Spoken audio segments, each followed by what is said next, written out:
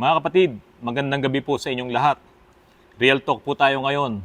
Ito po ay opinion ko lang sa mga nangyayari po sa ating paligid, lalong-lalo na po dito sa mundo ng mga sasakyan. Kapag may sasakyan ka at kung ilan ang dami ng sasakyan mo, para ka nang mayroong isang pamilya na ginagastosan mo at pinag-uubusan mo ng panahon. Yung mga kababayan natin na nasa kabukiran, wala silang sasakyan, nandoon lamang sila sa kanilang kabahayan at doon sa kanilang mga sinasaka, doon sa kanilang lugar na malayo sa kabihasnan. Wala silang sasakyan, wala silang masyadong maraming binabayaran. Wala silang ipinapaayos, walang gasto sa katulad ng mga may sasakyan, walang masyadong buwis na nakakaltas sa kanila. Hindi katulad nung may sasakyan ka, kahit sabihin mong segunda mano yan, pagpakarga mo pa lang ng gasolina or diesel, may buwis na yan. Pagbili mo ng pyesa, may buwis yan. Dahil talagang ang mga spare parts natin ay talagang nilalapatan ng mga buwis. Lalo pa kung mamahalin ang sasakyan mo. Ngayon, kung segunda mano ang sasakyan mo, hindi ka makakaligtas din sa mga buwis na sinasabi ko po na yan. Lalo na kung bibili ka ngayon ng bagong sasakyan. Siyempre, pagbili mo ng bagong sasakyan, maglalabas ka ng pera, may buwis yan, mayroon kang babayaran sa bangko, may babayaran kang insurance, mga mortgage, at kung ano-ano pa na binabayaran mo. Kahit nga doon sa binilan mo ng sasakyan, sa dealership, masasabi nilang libre yung pagpaprocess ng plate number. Pero sa totoo lang, may binayaran ka rin doon. Ibinabawas na lamang nila yan doon sa kinita nila. So, ibig sabihin, kapag may sasakyan ka, kung gaano man karami ang sasakyan mo, mas marami kang ibinabayarang buwis, bumubuhay yan ng ekonomiya ng ating bansa. Kaya po kung maraming sasakyan, ay nagpapakita po yan na maganda ang ekonomiya ng isang bansa. Yung mga kahit sabihin mong motorsiklo lang yan, o mga lumang jeep yan, mga pampasadang jeep yan, yan ay nagbibigay ng maraming kita sa ating gobyerno. At kahit sabihin mo pang leisure lang yan, pang pasyal nitong mga mayayaman, o kahit hindi ka ganong kayaman, binubuhay mo rin ng turismo. Sa bawat gamit mo ng sasakyan mo, may kaakibat na buwis yan. Hindi pwedeng wala.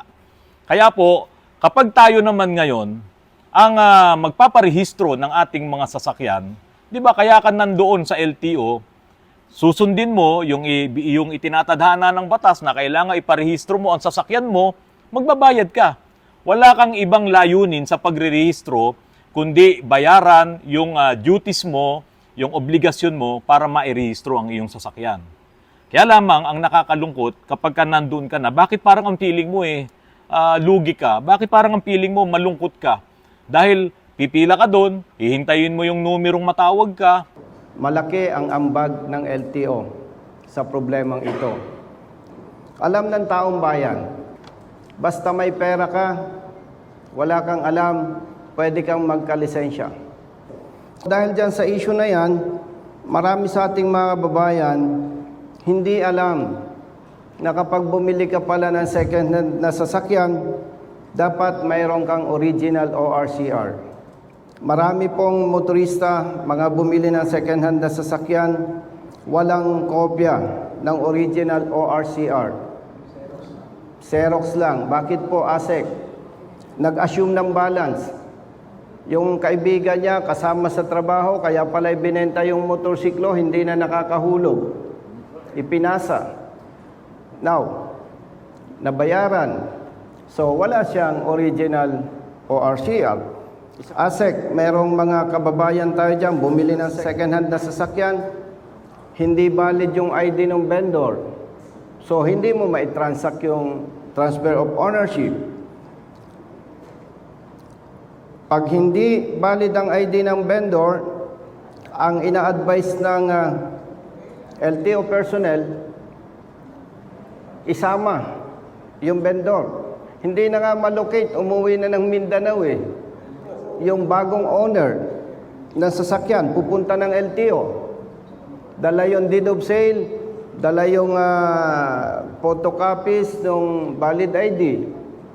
Sasabihin ng LTO, Mr. De La Cruz, ang mother file ng nabili mong sasakyan sa Davao, nandito ka sa Quezon City, kailangan ng confirmation of registration. ASEC, inaabot ito ng ilang months So, yung punto ng confirmation ASEC, with all due respect, hindi yun responsibilidad ng new vehicle owner. Sa ordinaryong manggagawa ASEC, hindi yan a-absent paulit-ulit para mag-follow up ng confirmation. Pagbalik niya, maybe after 1 month, 2 months, lumabas ang confirmation. Sasabihin ng bagong car owner, LTO, ito na po ang documents ko. Pag ni-review, sir, expired ang HPG clearance mo. Speaking of HPG clearance, pwede po kayong malaman ASEC sa kaibigan natin, kay General Segon. Instead of 1 week validity, is it possible na gawin po natin na 1 month man lamang, General Segon, sir? Dumarami tuloy ang ating mga problema kapag tayo ay nandiyan sa ahensya at nagtatransact ng ating pagpaparehistro or isama mo na nga yung pagkuha ng lisensya at yung pag-transfer ng ownership sa isang sasakyan. Mga kapatid, marami ang natakot nung inilabas itong AO na to, yung administrative order ng LTO na magmumulta ng 20,000 at another 20,000 doon sa mga nagbenta at doon sa nakabili. Kung hindi nila susundin, yung 5 araw after na mabenta ay kailangan within 5 days ay ma-report mo. At yung isa naman, na kapag nabili mo na ay i-transfer mo sa pangalan mo ang sasakyan. At kung hindi mo yun masusunod, merong karampatang penalty na pera, 20,000 sa bawat isa at may kulong pa nga po yun. Ano pa yung mga problema na hindi problema ng motorista or car owners? Magta-transfer ng ownership, ASEC, sir, dadaan sa PMBIC, Private Motor Vehicle Inspection Center. Makikita sa system, hindi uploaded yung kanyang plaka. ASEC, hindi ito problema ng motorista, ng car owner. Sa ordinaryong manggagawa, hindi ganun yung kadali. A-absent siya, pupunta sa LTO, and honestly, ASEC, matagal ng sakit ito. Hindi lamang sa LTO, yung mga suplado, masusungit, masama ang ugali. Yan ay public knowledge yan. So, yung pag-upload ng plate number ASEC, hindi yun problema dapat ng motorista. Katulad ng confirmation. Yun po, dapat mabigyan ng attention. Ano pa po yung problema? Si Juan pupunta sa LTO, District Office. Kompleto na yung documents. Pag nakita nung processor ng LTO personnel, Mr. De La Cruz, hindi valid yung insurance mo. Sa iba ka kumuha, may insurance kami dyan. Kulang yung documents. Nire-require ng LTO, ipresenta yung may-ari, patay na ASEC. Ewan ko kung may espiritista pa ngayon. Alam ko, wala na eh. Ang totoong talo dito, mga kapatid, yung bumili ng sasakyan eh.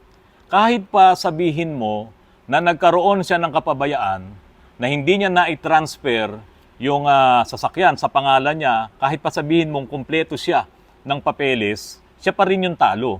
Kasi ang ginawa lang naman niya, bumili siya, ginamit niya yung sasakyan, na irirehistro naman niya, diba? At nagbabayad siya diyan sa ating ahensya, sa LTO. Ngayon, masasabi natin na ang isang pagkakamali doon ay yung sinasabi nga ng marami na masakit lang, no, kapag pakinggan nyo yung binabanggit nila na TANGA daw, yung mga ganon. Mga kapatid, sana wag pong ganon. Kasi may mga pagkakataon po na kaya hindi nila yan na i-transfer ay dahil nga po doon sa mga problema na nag-exist. Kaya po hindi nila nagawang i-transfer yan at umabot na po dito sa mga problema na ito. May binebenta yung barkada sa kanila dahil hindi naman nakapag-aral, kaperasong papel lang. Okay na. Kailangan ng notaryadong deed of sale. Hindi ka naman makapagpanotaryo kung wala yung both parties, vendor and vendee. Sa Quiapo, pwede. Binili ni Juan ang sasakyan ni Pedro. Halimbawa po, ASEC kotse. Okay naman ang transaksyon.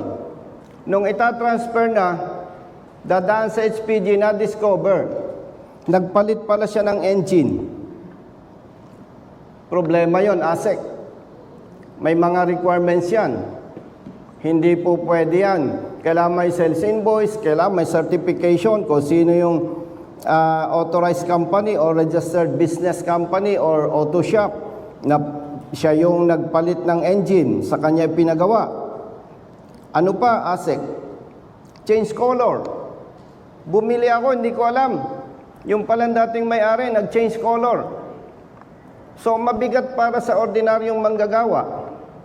Another gastos na naman yan. Change body design. Nagpalit. Itinaas yung siding. Naglagay pa ng top load. So, problema yan, ASEC. In good faith, binili ko yung sasakyan ni Pedro. Nung itatransfer, ang bili ko sa motorsiklo, 15,000 pesos. Nung pumunta ako sa LTO, inaayos ko yung transfer of ownership, ASEC. 15,000 yung multa, naka-alarma. Hindi na ako mag-attempt na i-transfer ko yung ownership. Ano pa ang issue, ASEC? Pagdaan ko sa HPG, nakaw pala yung nabili ko. Ano pa? Yung nabili kong sasakyan, ASEC, may kaibigan ako sa isang company, property ng company. Akala ko, nagbayad ako, okay na. Yung pala, kailangan pa ng secretary certificate. Close na yung company. So, hindi ko may ta-transfer. In general, ASEC, with all due respect, ang sambayan ng Pilipino, matitino at mabubuti. Pag sinuri mo, ang problema, ang bola, nasa LTO at nasa HPG. So with that, ASEC, kayo po ay lawyer, si Executive Director, lawyer. Wala po ako nakikitang paglabag sa batas kung kayo ay magbibigay ng moratorium at least 1 year. Alam nyo mga kapatid, nung panahon ng COVID, wala talagang nakikitang sasakyan na bumabiyahe kung hindi yung mga frontliners lang. 'Di ba? Lalong-lalo na nung lockdown. At marami po ang napaso ang mga rehistro nung panahon na yon. Pero ang ginawa ng gobyerno, ang ginawa ng LTO, nagkaroon sila ng extension sa mga registrations at binigyan ng kanya-kanyang mga schedules itong mga plate number na to kung kailan sila magre-rehistro. So ibig sabihin, wala pa rin namang nag-violate doon at lahat ay nagparehistro pa rin naman yung mga aktibong mga sasakyan na ginagamit hanggang sa ngayon. Sumunod ang tao, ipinarehistro nila, dumaan sila sa proseso, pati dyan sa emission testing, nagkaroon ng mga schedule. So bago ka marehistro ay magpapa-emission ka muna at bibigyan ka ng another schedule para doon na sa registration sa mismong ahensya. So lahat po ay sumunod. Mga kapatid, ako po ay nagpapasalamat dahil inihinto itong AO na to na kung sakasakaling ito ay natuloy, baka nga po meron na ngayong nagkakaproblema, naghahanap na ng kanilang mga abogado dahil may kulong nga daw po itong administrative order na to kung hindi nyo masusunod. Mga kapatid, alam nyo po ba, kapag ka po tayo ay may kababayan na nakukulong sa ibang bansa, maaaring may kasalanan siya or maaaring na pagbintangan lamang siya, dahil nga nasa ibang bansa ka, lugi ka, talo ka. Kung magkaroon ka ng problema dyan, wala kang kasangga, kundi yung ating mga nandoon sa embahada. Ngayon, tutulungan ka ng embahada, tutulungan ka ng gobyerno kung hanggang saan sila pwedeng makatulong para mailabas ka dyan at makauwi ka dito sa Pilipinas. Pero itong AO na to na parang latigo yung kanyang parusa kapag nilabag mo, hindi mo naman gustong gawin yon. Kaya nga po, paano ang mangyayari kung itutuloy yung kulong? Yung sabi ni Congressman Busita, tama lang yung 20,000 no? Kapag ka naibigay na yung moratorium, yung 1 year. Tama lang, kung hindi ka sumunod, sige 20,000. Pero ang nakakatakot doon yung kulong. Di ba? Sana baguhin po nila yan, sana magaan lang. Kasi kawawa po, itong mga sinasabi nating mga may-ari ng sasakyan, na pangunahin po na nagdadagdag ng kita sa kaban ng bayan dahil po sa mga buwis na yan. Kapag ikaw ay gumagamit ng sasakyan, siguradong ikaw ay nagbubuwis. Bawat bili mo ng pyesa, pakarga mo ng gasolina, ng diesel, no? Insurance, lahat po yan, ng binabayaran mo sa sasakyan mo, ay may kaakibat po na buwis yan. Dahil lamang ngayon sa isang pagkakamali na napabayaan mo, nakamatayan ng dating may-ari, o kaya naman nagkasakit ka, nabili mo yung sasakyan, dahil sa hindi mga magagandang pangyayari sa buhay mo, hindi mo na parehistro, hindi mo na pa-transfer sa sarili mo, sa pangalan mo yung sasakyan, ayan, magkakaroon ngayon ng kulong factor. Sana alisin na yung kulong factor. Kung meron man, sige, dagdagan mo pa yung penalty. Ang ating gobyerno, hanggat maaari, kapag may nakukulong na kababayan natin sa ibang bansa, ay tinutulungan yan. Dito po sa Pilipinas, kung yung isang may-ari ng sasakyan, makukulong dahil lamang dito, kung itutuloy po yung kulong dahil lamang dito, tatawanan tayo ng mga kriminal. Sila ay nandiyan sa labas, no, pagala-gala lang, samantalang itong hindi nakasunod doon sa administrative order ay makukulong. Considering, ASEC, yung mga nabanggit kong problema, wala nang pinakamagaling sa Pilipinas ang makaka-resolve niyan para makomply ng libo-libo nating mga kababayan. Ano po ang nating pwedeng imungkahi dyan? Kung ako ang nasa posisyon ng LTO at ako inassign ni ASEC sa lane na ito, sa Quezon City halimbawa, dumating si Pedro, ang daming problema ng kanyang documents, iminimungkahi ASEC na ang gagawin ko lamang doon sa motorista na yon or bagong possessor or owner, pumunta ka sa HPG. Pagpunta sa HPG, hihingi siya ASEC ng certification. Sir, HPG, ito po ba ang sasakyan ko? Reported, carnap, stolen? No. Sir, ito bang sasakyan ko ay involved sa crimes? No. HPG, sir, may involvement ba ito sa accident or whatever complaints? No. Mag-i-issue ang HPG ng clearance. Now, pwede rin namang wala sa record ng HPG na ito ay nakaw dahil baka yung nanakawan ng sasakyan ay nasa ibang bansa. To protect the HPG, pinakamaganda mag-demand sila ASEC ng undertaking na sinasabi nitong bagong alleged car owner, pinanunumpaan niya na maayos to, in good faith, nabili ko. In the event na may complaint, carnap, stolen, involved sa anumang krimen, willfully, isasubmit ko ang unit, ang sasakyan, at haharapin ko ang investigation. Then, pag na-comply ko yung requirements na yon, ASEC, pupunta ako sa LTO. Dala ko yung HPG clearance.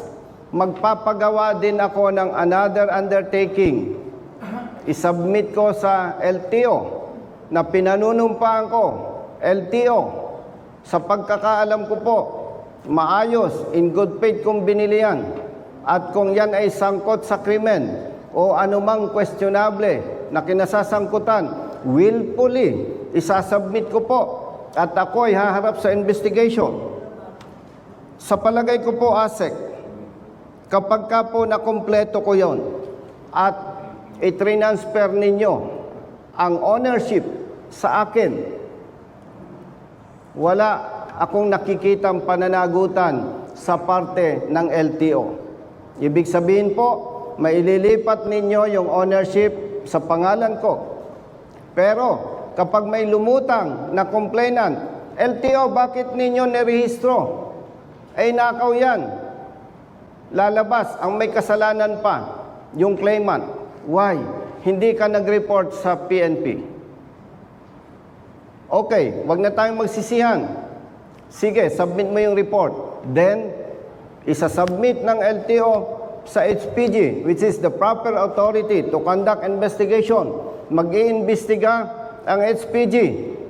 Ipapatawag si Juan de la Cruz. Hindi pwedeng tumanggi si Juan de la Cruz dahil meron siyang affidavit of undertaking. So with that, ASEC, Naniniwala po ako kapag ginawa natin yan, legally, maaayos ang lahat. Then after nung ibinigay po ninyo, halimbawa na moratorium, effective 2026, lahat ng transfer of ownership, within 5 days, dapat ma-report ng seller.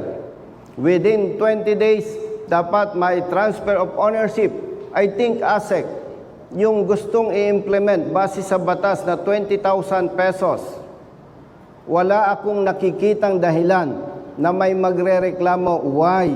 Ibinigay na po ninyo lahat ng magandang solusyon. At walang sino man ang pwedeng magreklamo. ASEC, LTO, bakit ang laki ng multa? Pambihira ka naman. Inayos na namin lahat ng problema at in-announce natin sa taong bayan. Anong dahilan? Ibig sabihin, kung akong tatanungin, hindi mahalagang usapin ASEC dyan ang multa, provided ma-resolve muna natin yung malaking problema bago po tayo magpataw ng malaking multa sa ating mga kababayan. And one thing for sure, ASEC, walang magrereklamo kapag ka po yan ay inadapt at in-implement po natin. And ASEC, hindi naman ako lawyer, pero pag ako'y may idea, kinukonsulta ko po sa lawyers. And I hope and I pray na ito po ang ating mungkahi on behalf of One Rider Party List at ng ating mga kababayan. Kawawa din kasi yung mga nagpautang lang or isinanla sa kanya yung sasakyan, ibinigay yung ORCR. Kasi ganun po tandaan nyo po, yung tiwala kasi madaling makuha Lalong-lalo na kung kaibigan mo pa yung nagsanla sa'yo nung sasakyan. Isinanla yung ORCR, nanghingi ng pera, at hindi na nabayaran, hindi na ngayon nakuha yung sasakyan, wala namang deed of sale. Umalis na tong kaibigan, hindi na nagpakita. So paano ang gagawin mo dyan? Kapag yan ay na-transfer sa pangalan nun, baka balikan pa siya nito, idemanda siya ng carnapping or kung whatever na pwedeng gawin nung nangutang, yung nagsanla.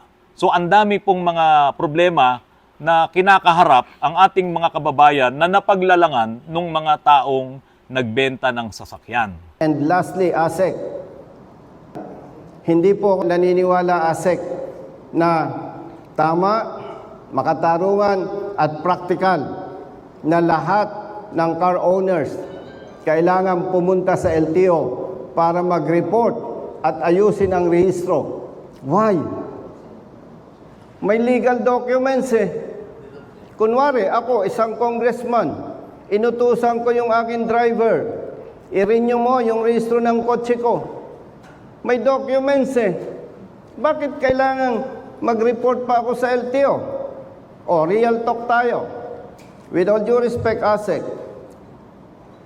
unsolicited advice. Huwag tayong maglabas ng memo na hindi po natin kayang ipatupad. Why? Halimbawa, ni-require natin ang bawat car owner na kailangan personally mag-report sa LTO. Real talk. Pumunta yung driver ni Senator. Halimbawa, kaya bang sabihin ng LTO, Mr. De La Cruz, kay Senator pala ito pa-reportin mo dito si Senator. Hindi gagawin yan ng ating tao. Anong pwedeng gagawin dyan? Sige Brad, ako nang bahala. Hindi tama. Why? Pag pala ang may-ari, Senator, LTO nang bahala. Kapag tricycle driver, hindi pwede. So lalabas dyan yung korupsyon. Baka naman. Kaya po ako mga kapatid, ang masasabi ko na lamang po dito at nabanggit naman po na lahat ni Congressman Busita kung ano yung mga dapat gawin para makatulong po sa mas nakakaraming kababayan natin. Ang masasabi ko na lamang po dito ganito. Kung talagang sa kabila ng mga ginawa or sinuggest ni Congressman Busita ay hindi mo pa rin na ipatransfer yung sasakyan, na yung transfer of ownership ng sasakyan na hawak mo, na ginagamit mo, no? Ipahinga mo na lang yan. Huwag mo na lang irehistro yan, huwag mo nang gamitin, at baka iyan pa ang maging dahilan ng pagkakakulong mo. Diba? Kung hindi mawawala yung kulong. Ngayon, kung gagamitin mo yan na hindi nakatransfer sa pangalan mo at hindi na yan marehistro, illegal na po yun. Bawal na talaga sa batas yun. yan ay mai-impound at baka mamaya yan pa ang pagsimulan ng mas malaking kaso para sa iyo. So, ipahinga mo na lang yan, kahit sabihin mong bago pa yan or kung luma na yan, darating din ang panahon yung pagdaramdam mo sa bagay na yan dahil hindi mo na nga magawang maasikaso pa dahil talagang sablay ang dokumento. Hindi talaga pwede, hindi talaga tatayo para malipat sa pangalan mo, ipahinga mo na lang yan. Darating ang panahon, makakabili ka rin ng bago. Makakapag-ipon ka at yung sasakyan na pinapangarap mo, baka muling bumalik sa iyo. Diba? Huwag mong panghinayangan yung isang bagay na hindi mo na kayang ayusin pa. Ikaw ang may control sa buhay mo, kaya huwag kang magpakontrol doon sa isang sasakyan na magdudulot pa para ikaw ay mapahamak. So, ganyan lamang po yan. Sasakyan lang yan. Hindi ang halaga ng sasakyan ay halaga ng stress mo, ay halaga nung karapatan mo na ikaw pa'y makukulong. Mababaliwala yung karapatan mo dahil sa violations na itutuloy-tuloy mo na hindi naman talaga pwede. On behalf of One Rider Party List at nung ating mga kaibigan na naniniwala, mangyari po, i-consider po ninyo yung aming recommendation at huwag obligahin na ang mga may-ari ng sasakyan siya mismo magre-report. Mapapahiya po ang LTO dyan sapagkat hindi po ninyo kayang i-implement yan. Paginhawahin natin ang buhay ng ating mga kababayan. At alam ko naman, hindi ka magpatawag ng ganitong consultative meeting kung ikaw ay bingi at kung ikaw ay hipokrito na magpapatawag pero yung gusto mo, ang susundin mo at matagal na kitang kilala, marami na akong ni-request sa'yo na pag nakita mong tama, sometimes, idinadaan ko pa sa ating executive director, immediately, naglalabas po kayo ng memo at talagang ako mismo, kumpiyansa, mahal mo yung ating mga kababayan, lalo na yung mga motorista at ang kanilang pamilya. Yun lamang po, Asek. Maraming salamat.